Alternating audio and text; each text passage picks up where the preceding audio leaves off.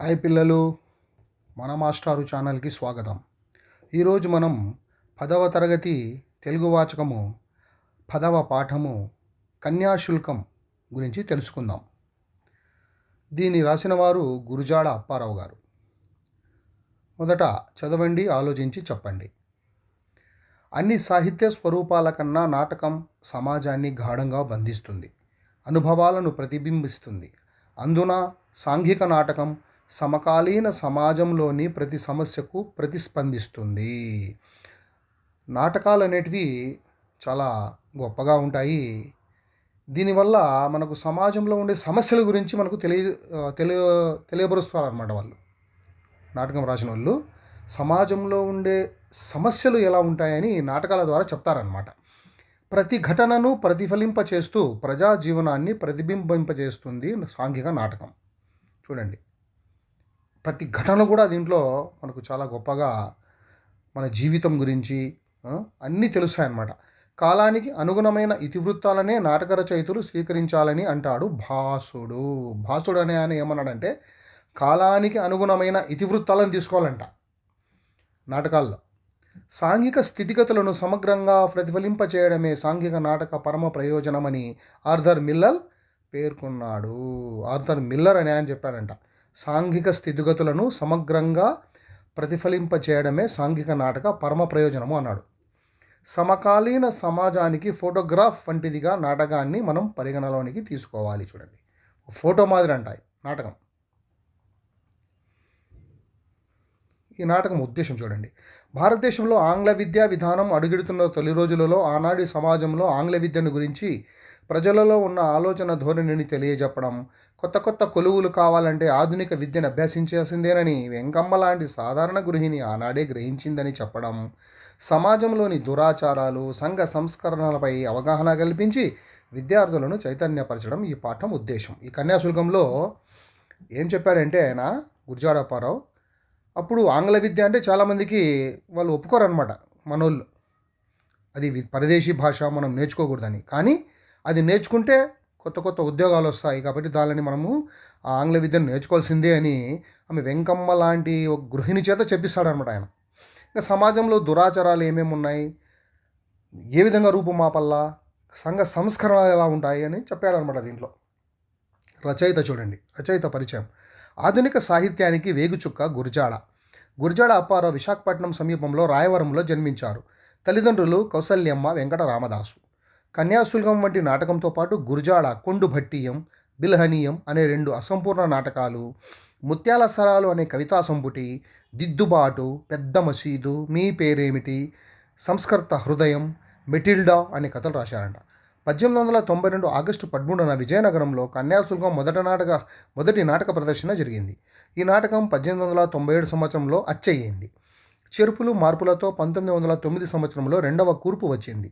ప్రస్తుత పాఠ్యభాగం కన్యాశుల్కం నాటకంలోని ద్వితీయ అంకం మొదటి భాగం నుండి స్వీకరించబడింది.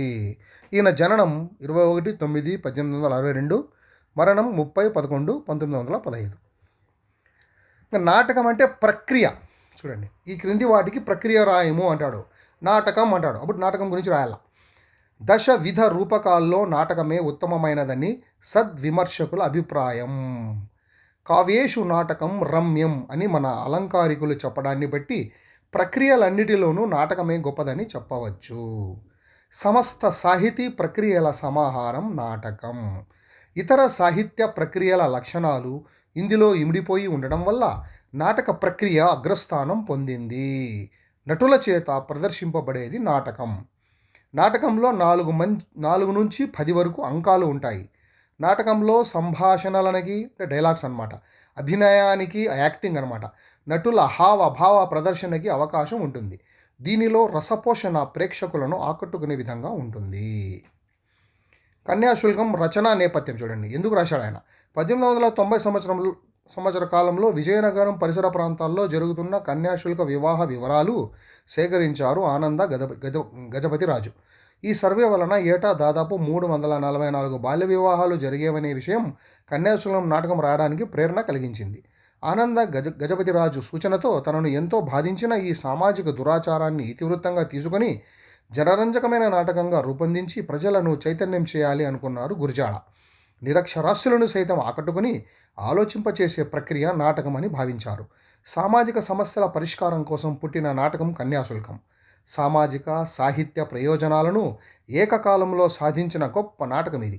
ఈ నాటకాన్ని ఉత్తరాంధ్ర మాండలికంలో రచించారు. నేపథ్యం చూడండి. వెంకమ్మ అగ్నిహోత్రావధానుల పెద్ద కూతురు బుచ్చమ్మ, చిన్న కూతురు సుబ్బి, కొడుకు వెంకటేశం. వెంకటేశం ఇంగ్లీష్ చదువు కోసం విజయనగరంలో ఉంటాడు. అతని ప్రైవేట్ మాస్టారు గిరీశం. పరీక్ష తప్పి సెలవుల్లో ఇంటికి ఏ మొహం పెట్టుకుని వెళ్ళాలా అని వెంకటేశం ఇబ్బంది పడుతున్న సమయంలో గిరీశం అతనికి భరోసా ఇస్తాడు. వెంకటేశంతో పాటు సెలవుల్లో అతనికి చదువు చెప్పే నెపంతో ఊరికి వెళ్తాడు.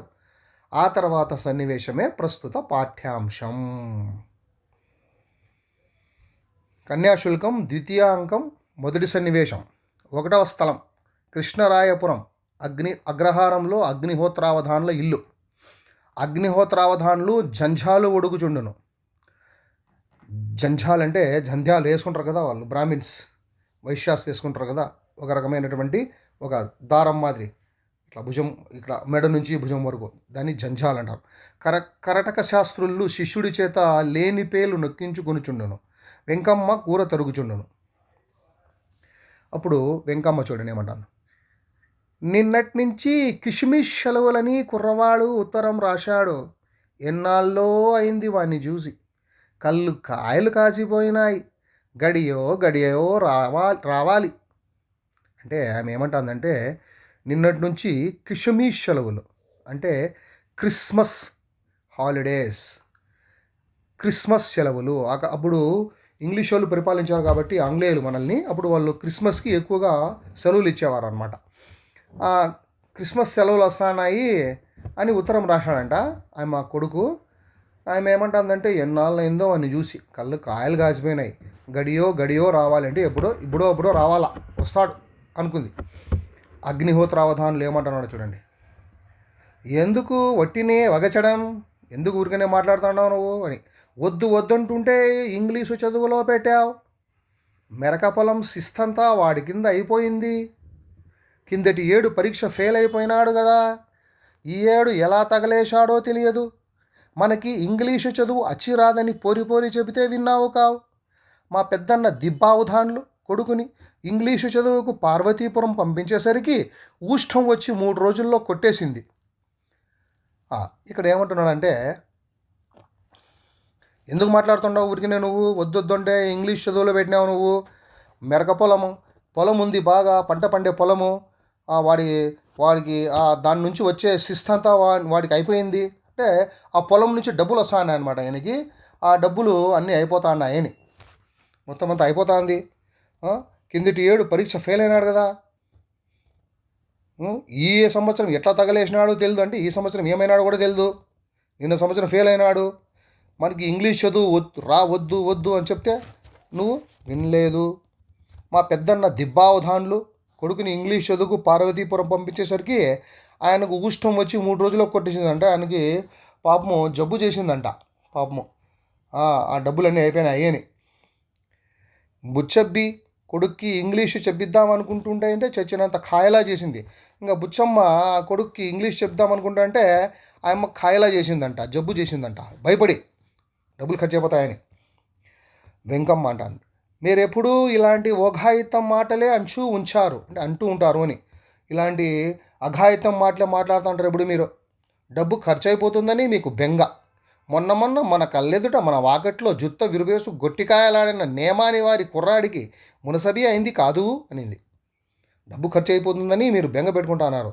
మొన్ననే చూడండి, మన కళ్ళెదుటనే మన వాకిట్లో మన ముందరింట్లో ఉన్నవాడు జుత్తు విరుపేసుకొని గొట్టికాయలు ఆడేవాడు, గోలికాయలు ఆడేటటువంటి ఆ కుర్రాడు మనకి మునసబి అయింది కదా, వాడు మున్సబ్దార్ అయినాడు కదా చదువుకొని అనింది. అగ్నిహోత్ర అవధానం చూడండి. మన విధవాయికి చదువు వచ్చేదేం కనబడదు కానీ పుస్తకాల కింద జీతం కింద 4 ఏళ్ళు అయ్యేసరికి మన భూమి కడతేరిపోయింది. చూడు ఏమంటున్నాడు. మన విధవకి మన అబ్బాయికి ఇంక చదువు వచ్చేదేం కనబడదు కానీ పుస్తకాల కింద మనకి ఫీజు కింద మొత్తం 4 ఏళ్ళకు మొత్తం భూమి అంతా అయిపోతుంది. ఆ పైన చిప్ప దొప్ప పట్టుకు బయలుదేరాలి అంటే ఏమే ఇంకా ఏముండదు, చేతో చిల్లిగా కూడా ఉండదు అని నిమ్మలంగా ఇంటి దగ్గరుంటే ఈ పాటికి 4 అష్టాలు చెప్పేదును. వద్దంటుంటే ఈ ఇంగ్లీష్ చదువులో పెట్టావు, ఇంటి దగ్గర ఉంటే వాడు ఆ పని ఈ పని చేసుకునేవాడు. వద్దంటే ఇంగ్లీష్ చదువులో పెట్టినావు నువ్వు అన్నాడు. వెంకమ్మ అయింది, మన వాడికో మునసబి అయినా పోలీసు పనైనా అయితే రుణాలు ఇచ్చి ఈ అగ్గురారం భూములన్నీ కొనేస్తాడు. చూడండి ఏమనింది అమ్మ. వాడు మున్సబ్ అయినా లేక పోలీస్ అయితే అందరికీ రుణాలు ఇస్తాడు, మొత్తం ఈ అగ్రహారంలోని భూములన్నీ కొనేస్తాడు డబ్బులతో. ఏడాదికో 100 రూపాయలు ఖర్చు పెట్టడానికి ఇంత ముందు వెనక చూస్తున్నారు. మీలాగే వాడు జంజాలు ఒడుక్కుంటూ బతకాలని ఉందా ఏమిషి? మీకంత భారవం తోస్తే మా వాళ్ళు నాకు పసుపు కుంకానికి ఇచ్చిన భూ అమ్మేసి కుర్రాడికి చదువు చెప్పిస్తాను అని నాయమ్మ. సంవత్సరానికి 100 రూపాయలు ఖర్చు పెట్టడానికి ఇంత ముందు వెనక చూస్తున్నారు. అప్పుడు 100 రూపాయలు అంటే చాలా ఎక్కువ అనమాట. అట్లా చదివించుకోకపోతే వాడు మీలాగే జంజాలు ఉడుక్కుంటూ ఉండాలా ఏమన్నా? మీకు అంత భారంగా తోస్తే వద్దులేండి, మీరేం డబ్బులు పెట్టద్దు. నాకు పసుపు కుంకుమ కింద ఇచ్చిన భూమి అమ్మేసి మా వానికి నేను చదువు చెప్పిస్తా అని నాయమ్మ. వాళ్ళ లోళ్ళు ఇచ్చినారంట, వాళ్ళ పుట్టింటి తరఫు వాళ్ళు భూమి పసుపు కుంకుమ కింద, అది అమ్మేస్తాను నేను అమ్మ. కర్ణాటక శాస్త్రులు ఈయన వెంకమ్మ వాళ్ళ అన్నయ్య. ఆయన నీ భూవెందుకు అమ్మాలమ్మా, మన సొమ్ము చెడతిని కొవ్వున్నాడు అతడే పెట్టుకుంటాడు అన్నాడు. నీ భూమి ఎందుకు అమ్మాలమ్మా, మన సొమ్ము బాగా తిని మన భూమి నుంచి వచ్చే సొమ్ము బాగా కొవ్వు పట్టునున్నాడు మన బావ, అతడే పెట్టుకుంటాడులే అన్నాడు. అగ్నిహోత్రావధాలను చూడండి. అయితే నన్ను ఆక్షేపణ చేస్తావశే అన్నాడు ఆయన భార్యతో. నన్నే నువ్వు అడ్డు చెప్తావా? ఆక్షేపణ అంటే అడ్డు. ఈ మారంటే నీ అన్న ఉన్నాడని ఊరుకునేది లేదు అన్నాడు. ఈసారికి ఏమన్నా అన్నావు అనుకో నన్ను, మీ అన్న ఉన్నా కూడా నేను చూడు అన్నాడు. గిరీశం వెంకటేశం ప్రవేశింతురు. అప్పుడు వెంటనే గిరీశం వచ్చినాడు, వెంకటేశం ఇద్దరు వచ్చినారు అనమాట. వెంకటేశం వాళ్ళ అబ్బాయి, గిరీశము వాళ్ళకు అతనికి ట్యూషన్ చెప్పేటటువంటి ఒక మాస్టర్ అనమాట ఆయన. వెంకమ్మ అనింది, మా బాబు వచ్చావశోయ్ అని చెప్తే వెంకటేశం కౌగిలించుకున్నాడు వాళ్ళ అమ్మను. అంటే మా బాబు వచ్చేసినావా నాయనా అని. అగ్నిహోత్ర అవధానుడు, విధవాయ ఈ మారైనా ప్యాస్ అయినావా అన్నాడు. వెంకటేశం తెల్లబోయి చూచును, ఏం రా ఈసారైనా పాస్ అయినావా అంటే. గిరీశం, పాస్ అయినాడండి, ఫస్ట్గా పాస్ అయినాడు. నేను చాలా శ్రమపడి చదువు చెప్పానండి అన్నాడు గిరీశం పంతులు. అగ్నిహోత్ర అవధానులు అన్నాడు, వీడేవాడు ఓయ్ అన్నాడు. ఎవరు వీడు అని. గిరీశం, డామిట్ టెల్ మ్యాన్ అన్నాడు ఇంగ్లీష్లో. నువ్వు చెప్పపా టెల్ మ్యాన్ అంటే నువ్వు చెప్పు నేను ఎవరో అని కొడుకు చెప్పినాడు. అగ్నిహోత్ర అవధానులు అంటున్నాడు, మాన్. ఆయనకి మ్యాన్ అంటే అర్థం కాలే, మాన్ అంటే మాన్ అనుకుంటా అన్నాడు. అగ్నిహోత్ర అవధానులు ఇంగ్లీష్ రాదు కదా. మానులా ఉంచానంచావు అంటే నేను మానులా ఉంటానంటావా, గుబ్ బలగొడతాను అన్నాడు. గుబ్ బగలగొడతానంటే నీ చెంప చెల్లు మనిపిస్తా, కొడతా నిన్ను అని. వెంకటేశం వణుకుతూ తల్లి వైపు చూసి, అమ్మా ఈయనే నాకు చదువు చెప్పే మాస్టర్ అన్నాడు. వెంకటేశం కొడుకు వాళ్ళ తండ్రి ఆడగొడతాడు అని వాళ్ళ మాస్టర్కి, అమ్మా ఈయనే నాకు చదువు చెప్పే మాస్టర్ అన్నాడు. కర్ణాటక శాస్త్రి చూడండి, ఇంటికి పెద్ద మనిషి వస్తే అపృచ్ఛపు మాట్లాడతావేమిటి బావా? ఏంటి నువ్వు ఇంటికి ఒక పెద్ద మనిషి వస్తే ఆ మాటలు ఈ మాటలు మాట్లాడతావని నువ్వు? ఆయన ఏదో కుర్రవాడితో ఇంగ్లీషు మాట అంటుంటే పుచ్చకాయల దొంగంటే భుజాలు తడుగున్నట్టు నీ మీద పెట్టుకుంటామే అన్నాడు. ఆయన ఏదో ఇంగ్లీష్లో మాట్లాడతా అంటే నువ్వేమో నీకన్నట్లే మాట్లాడుతున్నావే, పుచ్చకాయల దొంగంటే భుజాలు తడుగున్నట్లు. నీ కాదులే ఆయన అంటానేది అన్నాడు. బండివాడు సామాను దించును. గిరీశం కర్ణాటక శాస్త్రితో అన్నాడు, తమ బావగారా అగ్నిహోత్రవధానులు గారు, నన్ను తమరు ఎరక్కపోవచ్చు కానీ డిప్టీ కలెక్టర్ గారింటికి తమరు వచ్చేటప్పుడు నేను వారి పిల్లలకి చదువు చెబుతూ ఉండేవాడిని అన్నాడు కర్ణాటక శాస్త్రితో. మీరెవరో నేనెవరో మీకు తెలియకపోవచ్చు కానీ మీరెవరో నాకు తెలుసు అన్నాడు. నేను డిప్టీ కలెక్టర్ గారింట్లో వాళ్ళ పిల్లలకి చదువు చెప్పాడు, మీరు వచ్చేవాళ్ళు అన్నాడు. డిప్టీ కలెక్టర్ గారు తమరిని ఏం మెచ్చుకునేవారు అనుకుంటారో అన్నాడు. గిరీశము మాటలతో బురిడి కూడా కొట్టిస్తాడనమాట. చాలా బాగా మాట్లాడతాడనమాట, వేరే వాళ్ళను బుట్టలో వేసుకుంటాడు ఆయన మాటలతో. కర్ణాటక శాస్త్రి అన్నాడు, అవును మీ ముఖం చూసిన జ్ఞాపకం ఉంది, డిప్టీ కలెక్టర్ గారు మా దొడ్డ ప్రభు అన్నాడు. అవునవును మిమ్మల్ని కూడా నేను చూసినా అక్కడ అన్నాడు కర్ణాటక శాస్త్రి. డిప్టీ కలెక్టర్ గారు మంచోడు, వాళ్ళు ఆయన మంచోడు అన్నాడు.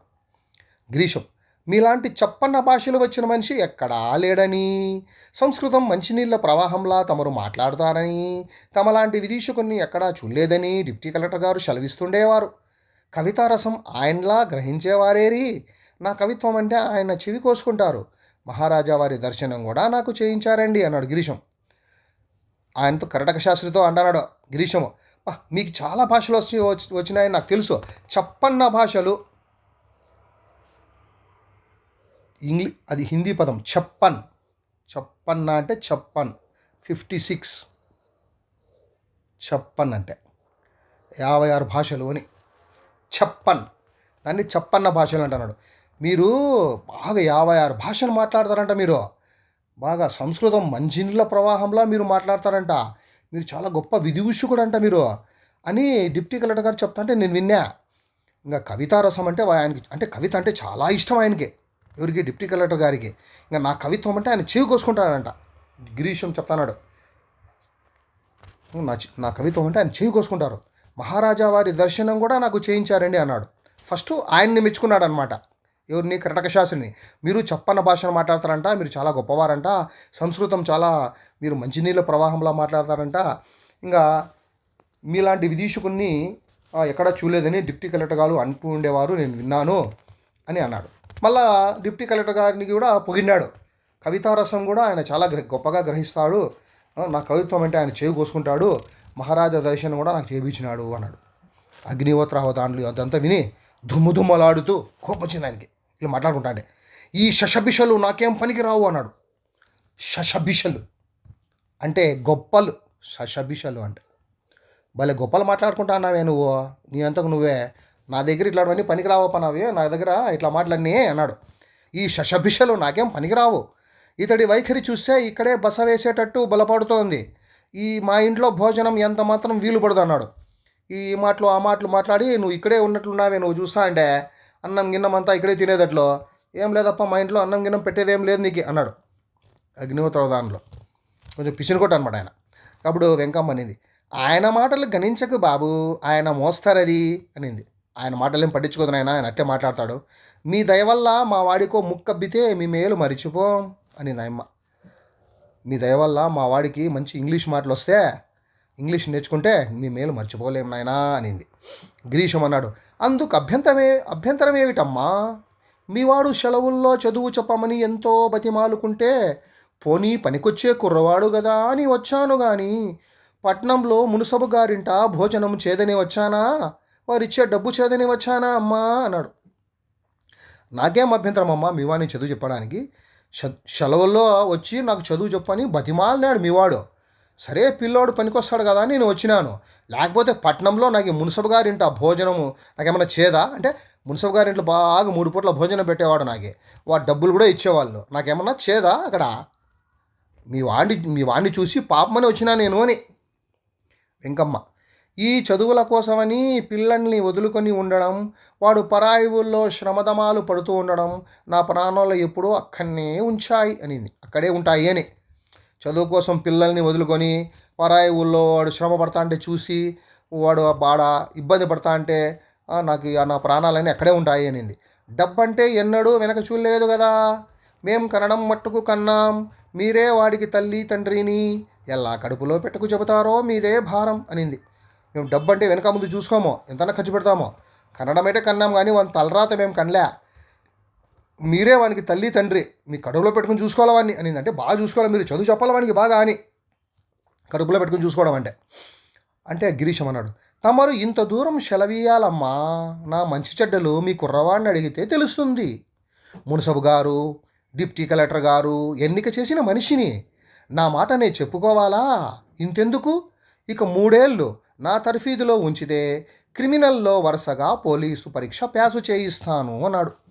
మీరు ఇంత చెప్పాలమ్మా నాకు, నా మంచి చెడ్డలు మీ కుర్రవాడిని అడగండి తెలుస్తుంది, నేను ఎటువంటి వాడినో, ఎంత గొప్ప ఉన్నా. మున్సబు గారు, డిప్టీ కలెక్టర్ గారు కూడా నన్ను ఎన్నిక చేసినారు, అంత గొప్పని నేను, నా మాట నేనేం చెప్పుకోవాలా? ఈ 3 ఏళ్ళు తర్ఫీదులో చూడండి, నా యొక్క శిక్షణలో, తర్ఫీదు అంటే శిక్షణలో, ట్రైనింగ్లో మీ వాడిని పెడితే నేను క్రిమినల్లో వరుసగా పోలీసు పరీక్ష ప్యాసు చేయిస్తాను అన్నాడు. క్రిమినల్ అంటే IPC, Indian penal code of criminal procedure, police విధి విధానాలు ఇందులో ఉంటాయంట. అందుకే క్రిమినల్లో అన్నాడు. కాబట్టి పోలీసు ఉద్యోగం ఎట్లా ఉంటుంది, ఆ రూల్స్ అండ్ రెగ్యులేషన్స్ ఎట్లుంటాయి అని దాంట్లో ఉంటుందంట. అట్లా నేను అన్ని పోలీస్ చేపిస్తా అన్నాడు. అప్పుడు అగ్నిహోత్రాలను 3 ఏళ్ళే, ఈ సంవత్సరం పుస్తకాలకి ఎంత అవుతుందిరా అబ్బి అన్నాడు. 3 ఏళ్ళ? అమ్మయ్య 3 ఏళ్ళు అంటే ఎంత డబ్బులు ఖర్చు అవుతాయో, పుస్తకాలకు ఎంత అవుతుందిరా ఈ సంవత్సరము అన్నాడు. వెంకయ్య వాడు అన్నాడు, కొడుకు వెంకటేశం, 15 రూపాయలు అవుతుంది అన్నాడు. 15 రూపాయలు అంట. అప్పుడు 15 రూపాయలు అంటే ఎక్కువే. అగ్నిహోత్ర అవధానంలో ఒక్క దమ్మిడి ఇవ్వను. దమ్మిడి అంటే 5 లేక 2 కాసుల నాణెమంట. చిన్న రాగి లేదా బంగారం నాణెం అడుగున అనేవాళ్ళు దమ్మిడిని.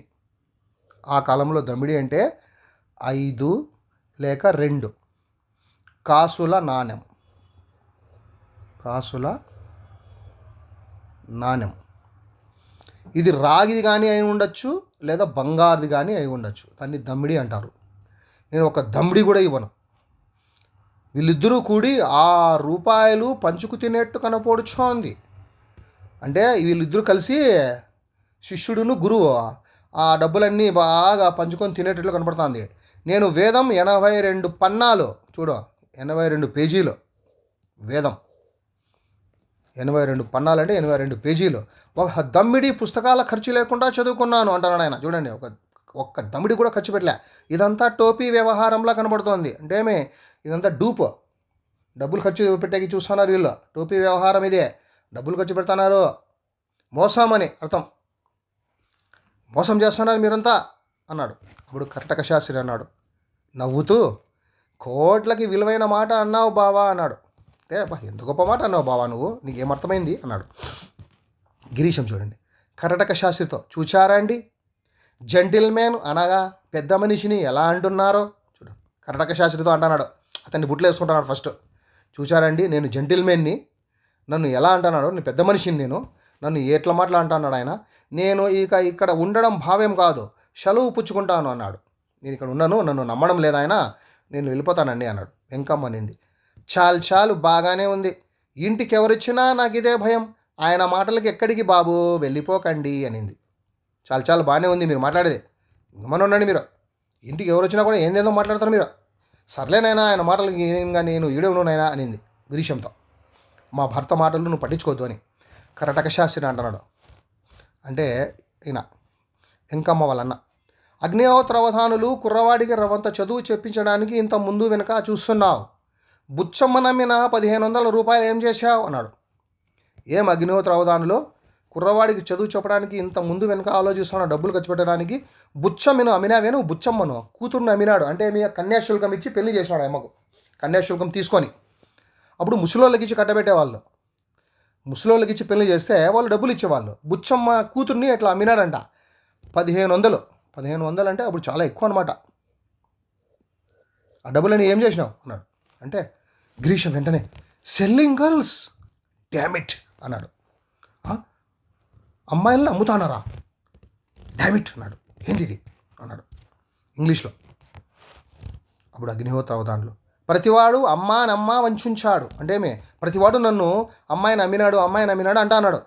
కూరగాయల షాయ్ అమ్మడానికి, కూరగాయలు అమ్మడానికి 6 రూపాయలు పుచ్చుకోకపోతే మొగుడు చచ్చాడు కదా, దానికి అది 50 ఉండును అన్నాడు. నేను ఆ డబ్బులు కొన్ని తీసుకోకపోయి ఉంటే దాని మొగుడు చచ్చిపోయినాడు, మళ్ళీ ఆ డబ్బులు తీసుకోకపోయి ఉంటే ఆయమ్మ గతి ఏమవుతా అండి, డబ్బులు ఉన్నాయి కాబట్టి ఆయమ్మకు ఆ డబ్బులు బాగా అక్కడికి వస్తున్నాయి కదా అన్నాడు. చూడండి, వాడు ముసలోడికి ఇచ్చి కట్టబెట్టినాడు, 1500 తీసుకున్నాడు డబ్బులు కన్యాశుల్కం కింద. వాడు చచ్చిపోయినాడు ముసలోడు, ఇంకా ఆ డబ్బులు మిగిలినాయి కదా అంటున్నాడు కర్టక శాస్త్రి. చచ్చాడంటే వాడిదా తప్పు, మంచం మించి దించేయడానికి సిద్ధంగా ఉన్నవాడికి కట్టావు అన్నాడు. చచ్చాడంటే అది వాడిదా తప్పు, మంచం మీద నుంచి దించేయడానికి సిద్ధంగా వాడికి నువ్వు కట్టినావు అన్నాడు. ముసలోడికి కట్టినావు నువ్వు, వాడు చచ్చిపోయినాడు అని. డబ్బులకు కక్కుర్తిపడి నీ కూతురు నమ్మినావు ముసలోనికి, వాడు చచ్చిపోయినాడు అని అన్నాడు. గిరీశం అన్నాడు, తమరేనా నులక అగ్నిహోత్రావధానులు గారు, ఈ పట్టెని జటలో, పట్టెని అంటే ఈ ప్రాంతంలో, ఈ పట్టెని అంటే ఈ ప్రాంతంలో అని అంటాం అర్థం. ఈ పట్టెని ఈ ప్రాంతంలో, ఈ పట్టెని జటలో తమరంత వారు లేరని రాజమహేంద్రవరంలో మా వాళ్ళు అనుకునేవారు. చూడు ఇప్పుడు గిరీశం పంతులు ఏం చేస్తున్నాడంటే అగ్నిహోత్ర అవధానుల్ని బాగా మెచ్చుకుంటున్నాడు. తమరేనా అగ్నిహోత్ర అవధానులు గారంటే ఈ ప్రాంతంలో జట అంటే అది వేద విభాగం. జట వేదాల్లో ఒక భాగం అన్నమాట. వేద విభాగం 4 వేదాలు ఉన్నాయి కదా, ఆ వేదాల్లో ఒక విభాగం అనమాట జట అంటే. ఈ ప్రాంతంలో వేద విభాగాల్లో తమరంత వాళ్ళు బాగా చదివే వాళ్ళు గొప్పవాళ్ళు తమరంత వాళ్ళు లేరని రాజమహేంద్రవరంలో మా వాళ్ళు అనుకుంటూ ఉంటే నేను విన్నాను అన్నాడు. పొగుడుతాడు అతన్ని. అంటే అగ్నిహోత్ర అవధానులు, మీది రాజమహేంద్రరావు అండి, ఆ మాట చెప్పారు కారే, రామావుధాన్లు గారు బాగున్నారా అన్నాడు. మీది రాజమహేంద్రవరమా, ముందే చెప్పకూడదు ఆ మాట, రామావుధాన్లు బాగున్నారా అంటే, బాగున్నారండి, ఆయన మా మేనమావ గారండి అన్నాడు గిరీశం వెంటనే. అగ్నిహోత్ర అవధాన్లు, ఆ మాట చెప్పారు కారు అంటే అగ్నిహోత్ర అవధాన్లు, గిరీశం, మా మావ ఈ దేశ భోగట్ట వచ్చినప్పుడల్లా తమరిని ఎన్నిక చేస్తుంటారండి. చూడు ఏమన్నాడు, మా మామ ఇక్కడ ఈ ప్రాంతం గురించి మాట్లాడేటప్పుడంతా మీ గురించి చెప్తారండి అని అన్నాడు. అతన్ని బాగా గొప్పగా పొగుడుతున్నాడు అనమాట అగ్నిహోత్ర అవధాన్లు. నాకు వారికి చాలా స్నేహం, చూశారా, కొంచెం నాకు ప్రథమ కోపం, ఎవరో తెలియకుండా అన్న మాటలు గణించకండేం అన్నాడు. మళ్ళీ అతన్ని మంచిగా చేసుకుంటాడు. ఎందుకంటే రామావధానుల గురించి వాళ్ళ మావ అంటానంట్లే ఇతను, అయ్యో నేను ప్రథమ కోపం, నాకు ముందు కొంచెం కోపం వచ్చింది, మీరు ఎవరూ తెలియకుండా ఏమేమేమి మాట్లాడినాను అవేం పట్టించుకోకండి అన్నాడు అగ్నిహోత్ర అవధానులు. వాళ్ళ గిరీశం, దానికేవండి తమ వంటి పెద్దలు అనడం, మాలాంటి కుర్రవాళ్ళు పడడం విధాయకవే కదండి అన్నాడు. ఉంటే ఉండిలేండి, మీరు మీలాంటి పెద్దలు అన్నల్లా మేము పడల్లా, మామూలే అదంతా అన్నాడు. అప్పుడు కరటక శాస్త్రి తనలో తనే అనుకున్నాడు, ఇన్నాళ్ళకి మా అగ్నిహోత్రుడికి తగిన వాడు దొరికాడు మనసులో అనుకున్నాడు ఆయన. మంచోడు దొరికినారా ఇప్పుడు మా బావకి, బాగా వానికి అతనికి గొప్పలు చెప్పి బుట్టలో వేసుకుంటున్నాడు అని. అగ్నిహోత్ర అవధానులు చూడండి, చూచారండి, మీ పేరేమిటండి అన్నాడు గిరీశం. గిరీశం అంటారండి అగ్నిహోత్ర అవధానులు. చూశారండి గిరీశం గారు, మా కర్ణాటక శాస్త్రులు వట్టి అవకతవక మనిషి, తన బామర్ది గురించి చెప్తున్నాడు. ఈ కర్ణాటక శాస్త్రి ఉన్నాడే చాలా అవకతవక మనిషి, ఏం తెలదు, మంచి చెడ్డ ఏమీ వాడి మనసుకు ఎక్కదు. అల్లుడు చచ్చిపోయినాడంటే అందువల్ల ఎంత లాభం కలిగింది, చూడు ఏమన్నాడు, నా అల్లుడు చచ్చిపోయినాడని అంటున్నాడు, దానివల్ల నాకు ఎంత లాభం కలిగింది, భూవులకి దావా తెచ్చానా లేదా, నేను ఈ మధ్య దాఖలు చేయించిన పిటిషన్ మీద ఆర్డర్ చదివి పెట్టండి. గదిలోకి వెళ్ళి కాగితం తెచ్చి గిరీశం చేతికి ఇచ్చును. అంటే డబ్బులు మాకు బాగా వచ్చినాయి వాడు చచ్చిపోవడం వల్ల అల్లుడు, కాబట్టి నేను ఏదో పిటిషన్ వేసినాను, అది చదివిపెట్టు అన్నాడు. కాగితం తెచ్చిచ్చినాడు. గిరీశం చూసి, ఎవడో తెలివి తక్కువ గుమాస్తా రాసినట్టుంది, అక్షర పోలికే లేదండి అన్నాడు. ఏంది ఇట్లా రాసినాడు, ఎవడో తెలుగు తక్కువ గుమాస్తాయుడో, దీంట్లో అంతా అక్షరాలు సరిగలేవే అన్నాడు. అగ్నిహోత్ర అవధానులు, మా వకీలు గడగడ చదివాడండి అన్నాడు. అయ్యో మా వకీలు బాగా చదివినాడే అంటే ఇతనికి సరిగ్గా రాదు కదా గిరీశంకి, ఊరికే యాక్షన్ చేస్తున్నాడు వచ్చినట్లు. అప్పుడు గిరీశం చూడండి, నేను మాత్రం చదవలేకనా, అంతకన్నా గలగ్రాహిగా చదువుతాను. గలగ్రాహి అంటే బాగా చదివేవాడు అని, గలగ్రాహి అంటే ఏమాత్రం తడబాటు లేకుండా చదివేవాడు అని గలగ్రాహి. నేను అంతకంటే బాగా చదువుతానండి అన్నాడు. లెక్చర్లు ఇచ్చే పండితుణ్ణి, నాకు ఇది పేలపిండి కాదు అన్నాడు. నేను బాగా చదువుతాను, లెక్చర్లు ఇచ్చేవాడిని, నేను పేలపిండి తయారు చేయడం కొంచెం కష్టం అనమాట, అట్లేం కాదు, నాకు ఇది చాలా ఈజీ అని. అయితే రాసినవాడి తెలివికి సంతోషిస్తున్నాను, ఇది అరటిపండు విప్పినట్టు తర్జుమా చేసి దాఖలు చేయమని సెలవా అన్నాడు. అంటే ఏమి, అరటిపండు వలిచినట్లు దీన్ని తర్జుమా చేసి ట్రాన్స్లేట్ చేసి నేను చదవమంటారా మీరు అన్నాడు అగ్నిహోత్ర అవధానులు. అంతకంటేనా అన్నాడు. తనలో డబ్బు ఖర్చు లేకుండా వీడి చేత కాగితం ముక్కలన్నీ తర్జుమా చేయించేస్తాను అన్నాడు. మనసులో అనుకుంటున్నాడు చూడండి. అంతకంటేనా అని బయటకు అనేసి డబ్బులు ఖర్చు లేకుండా మొత్తం ఉండే కాగితాలన్నీ వీని చేత, ఈ గిరీశం చేత నేను తర్జుమా చేయించేస్తా, అది ఇంగ్లీష్లో ఉంది కదా, దాన్ని అంతా తెలుగులోకి నేను ట్రాన్స్లేట్ చేపిస్తా అని అనుకున్నాడు గిరీశం చూడండి. ఇంకా ఇంగ్లీషు కాగితాలు ఏమన్నా నా మీద పారేయండి, తర్జుమా చేసి పెడతాను అన్నాడు. ఇంకా ఏంటన్నా ఇంగ్లీషు పేపర్స్ ఉంటే నా మీద ఇక్కడ వేసి తీసుకురండి, నేను అంతా ట్రాన్స్లేట్ చేస్తాను తెలుగులోకి అన్నాడు. అగ్నిహోత్రం అట్లాగే అన్నాడు, అంటే అట్లాగే అని అర్థం. వెంకమ్మ అనింది, మా అబ్బాయి మీరు ఒక పర్యాయము ఇంగ్లీషు మాట్లాడండి బాబు అనింది. గిరీశం అలాగేనమ్మా అన్నాడు గిరీశం. చూడండి ఏం మాట్లాడుతున్నారు ఇంగ్లీష్లో వాళ్ళు. My dear Venkatesham, twinkle twinkle little star, how I wonder what you are అంటే వెంకటేశం ఏమన్నాడు, there is a white man in the tent అన్నాడు. అగ్నిహోత్ర అవధానులు, ఈ ఆడుతున్న మాటలకి అర్థం ఏమిషండి అన్నాడు అగ్నిహోత్ర అవధానులు. అంటే గిరీశము, ఈ సెలవుల్లో ఏ ప్రకారం చదవాలో అదంతా మాట్లాడుతున్నామండి అన్నాడు. చూడు అబద్ధం చెప్తున్నాడు. ఈ సెలవుల్లో మనం ఏమేమి చదవాలో అదంతా మాట్లాడుతున్నామండి ఇంగ్లీష్లో అన్నాడు. కరటక శాస్త్రి అబ్బి ఒక తెనుగు పద్యం చదవరా అన్నాడు వాళ్ళ మామయ్య. అంటే గిరీశం వెంకటేశం మామయ్య అన్నాడు. అబ్బి ఒక తెలుగు పద్యం చదవరా అంటే గిరీశం మెల్లగా నలదమయంతులిద్దురు చదువు అన్నాడు మళ్ళా వెంకటేశంతో. ఒక లైన్ మాత్రమే చదివి నలదమయంతులిద్దురు మన ప్రభవానలత హ్యమానులై సలిపిరి దీర్ఘవాసర నిషల్ అన్నాడు వాడు వెంకటేశం. కర్ణాటక శాస్త్రి అంటే అంటే మన ప్రభవానలం అంటే ఏమిట్రా అంటే వెంకటేశము ఇంటి కప్పు వైపు చూసి ఊరుకుండును అట్లా పైకి చూస్తాడు. వాడికి తెలుస్తాను కదా నా అర్థము.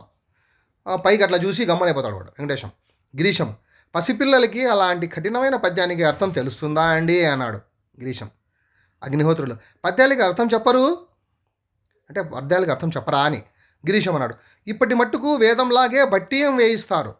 ఎంతసేపు జాగ్రఫీ గీగ్రఫీ అర్థమెటిక్ ఆల్జిబ్రా మ్యాథమెటిక్స్ ఇవన్నీ హడలేసి చెప్తారండి అన్నాడు. ఊరికనే పద్యాలకు అర్థం చెప్పరు, అన్నీ బట్టి కొట్టిస్తారు. ఎక్కువసేపు జియోగ్రఫీ అంట అర్థమెటిక్ అంట ఆల్జిబ్రా అంట మ్యాథమెటిక్స్ అంట ఇవన్నీ చాలా గొప్పగా చెప్తారు అని. అప్పుడు కరటక శాస్త్రి అన్నాడు తనలో అంటే మనసులో అనుకుంటున్నాడు.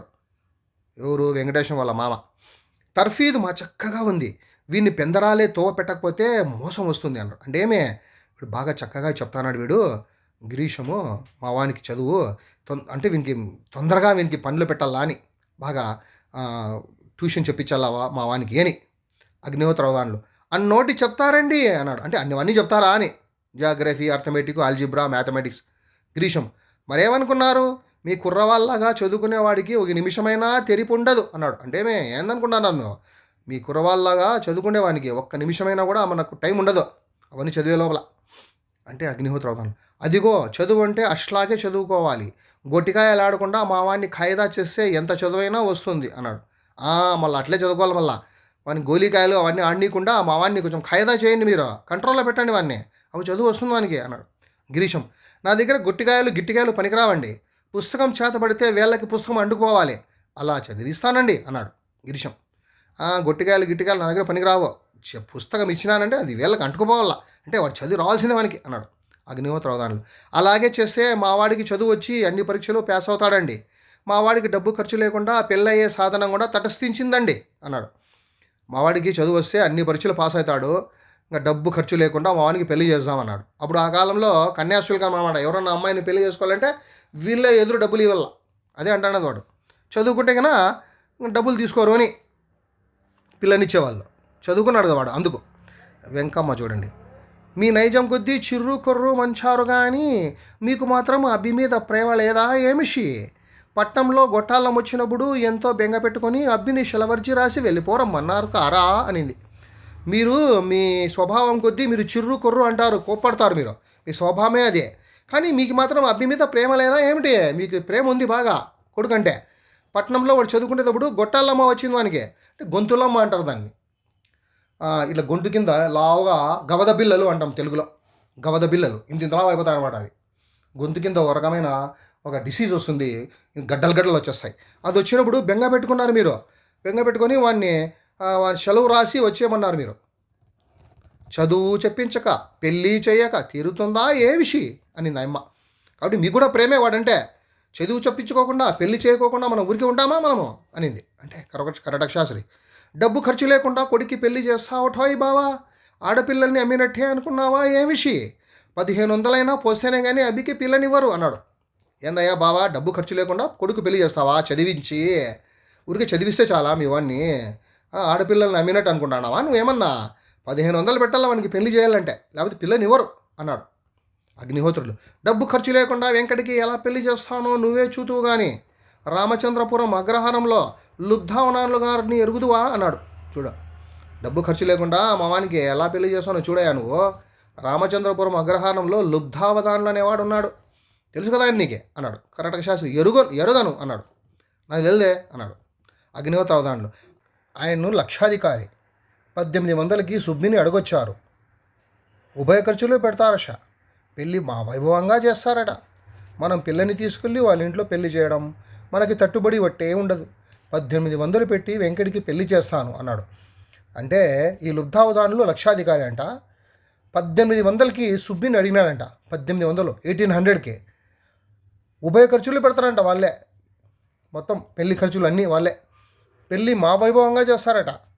మనం పిల్లని తీసుకెళ్ళి వాళ్ళ ఇంట్లో పెళ్లి చేయడం అంట. మనకి తట్టుబడి అట్టే ఉండదని మనకు ఖర్చు ఉండదు. 1800 పెట్టి వెంకటికి పెళ్లి చేస్తాను అన్నాడు. ఆ 1800 తీసుకొని వెంకటికి పెళ్లి చేస్తాను నేను అన్నాడు. ఇప్పటికి ఎన్నేళ్ళు అనింది అగ్నిహోత్రావు. ఎన్నేళ్ళు అయితేనేమిది, 45 అన్నాడు. ఎన్నేళ్ళు? 45 ఏండ్లే. గిరీశం ఏమన్నాడంటే, లుబ్ధావధాన్లో మా పెద్దతల్లి కొడుకండి ఈయన చెప్తాడు. గిరీశం లుబ్ధావధాన్లా, అయ్యో ఆయన మా పెద్ద తల్లి కొడుకండి, మా పెద్దమ్మ కొడుకు. తమతో సంబంధం అంటే నాకు సంతోషమే కదండి. ఆయనకి 60 ఏళ్ళు దాటాయండి అన్నాడు. వీళ్ళు అబద్ధం చెప్తాను 45 ఏళ్ళని. నాకు తెలుసండి, ఆయన మా పెద్దమ్మ కొడుకు. నాకు సంతోషమే సంబంధం అంటే, కానీ ఆయనకి 60 ఏళ్ళు దాటినాయండి అన్నాడు.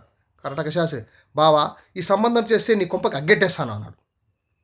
ఏంది బావా, మళ్ళీ ఈ పాపను తీసుకుపోయి మళ్ళీ ముసలోని కట్టిపెడతావు నువ్వు?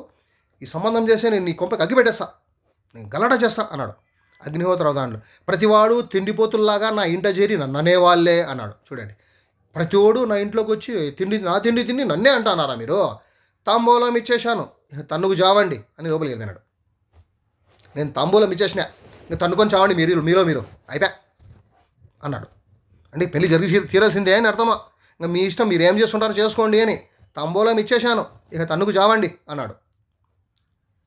అంటే అప్పుడు వెంకమ్మ, అన్నయ్య ఈ సంబంధం చేస్తే నేను నుయ్యో గొయ్యో చూసుకుంటాను, పెద్దదాన్ని రొమ్ము మీద కుంపట్లాగా భరిస్తూనే ఉన్నాము, నేను బతికి బాగుండాలంటే ఈ సంబంధం తప్పించు అనింది. కర్ణాటక శాస్త్రితో అనింది, అన్నయ్య ఈ సంబంధం చేస్తే నేను నుయ్యో గొయ్యో చూసుకుంటాను, నేను ఆత్మహత్య చేసుకుంటా. పెద్దది రొమ్ము మీద కూర్చుంది కుంపట్లాగా. అంటే భర్త చచ్చిపోయి ఇంట్లో వచ్చి కూర్చుంది అమ్మ. మళ్ళా చిన్నదాన్ని తీసిపోయి అట్లా వానికి చేస్తే వాడు చేస్తే ఇంకెట్లా, ఆ పాప కూడా ఈ పాప కూడా అట్లే అవుతుంది. కాబట్టి వద్దు సంబంధం తప్పించు అనింది. అంటే కర్ణాటక శాస్త్రి, గట్టి అసాధ్యం తెచ్చిపెట్టావే, ఏమీ పాలుపోకుండా ఉంది అన్నాడు. ఏం చేయాలబ్బా, సరేనమ్మా ఏదో ఒకటి చూసానులే, నాకేమో అర్థం కాలేదు అన్నాడు. గిరీశం, అమ్మా మీరు ఎందుకు అలా విచారిస్తారు? అవధానులు గారు సావకాశంగా ఉన్నప్పుడు లెక్చర్ ఇచ్చి మనసు మళ్ళీ ఇస్తాను అన్నాడు. మీరేం బాధపడదనమ్మా, మీరేం విచారించొద్దండమ్మా.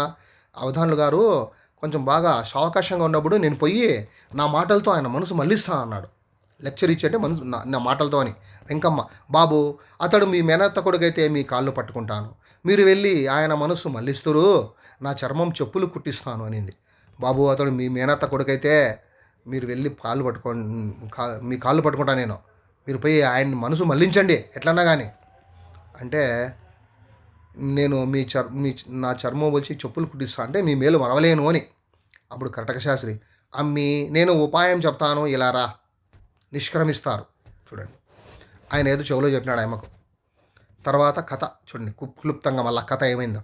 కర్ణాటక శాస్త్రి తన శిష్యునికి ఆడవేషం వేసి తక్కువ డబ్బుకి ముహూర్తానికి ముందుగానే ఆ ఊరు చేరి లుబ్ధావధానులకు ఇచ్చి పెళ్లి జరిపించేస్తాడు. చూడు, కర్ణాటక శాస్త్రి ఏం చేస్తాడంటే శిష్యుడికి ఆడవేషం వేస్తాడనమాట. తన శిష్యుడికి వేసి తక్కువ డబ్బులకి డబ్బులు ఇప్పించుకొని ముహూర్తానికి ముందుగానే ఆ ఊరు చేరుతాడు. లుబ్ధావధానులకు ఇచ్చి పెళ్లి జరిపించేస్తాడంట. ఎవరికి? మగవానికి ఆడవేషం వేసి. ముహూర్తం నాటికి అగ్నిహోత్రావధానులు పెళ్లికి తరలివేస్తాడంట. ఈయన ముందే పోయినాడు, ముహూర్తానికి ముందే పోయి చేసేసినాడు పెళ్ళి. ఈ ముహూర్తం ఉన్నప్పటికీ అగ్నిహోత్రులు పోతాడు ఆయనకి. వేరే సంబంధం చేసుకున్నందుకు వెళ్ళి లుబ్ధావనుల మీద చేయి చేసుకుంటాడంట. ఈ గొడవలతో అగ్నిహోత్రావధానులు కోర్టుకు వెళ్తాడంట. పెళ్లి సంబంధాలు కుదర్చడం తప్పించడంలో కీలక పాత్ర పోషించింది రామప్ప పంతులంట. చూడు, పెళ్లి సంబంధాలు కుదర్చడం కానీ తప్పించడం కానీ అంతా ఎవరంటే రామప్ప పంతులు. ఈ పెళ్లిలో మధురవాణి కంటే రామప్ప పంతులు తెచ్చి దొంగ పెళ్లి కూతురికి పెట్టిస్తాడు. కంటే అంటే మెడలో వేసుకుంటే ఒక హారం అనమాట.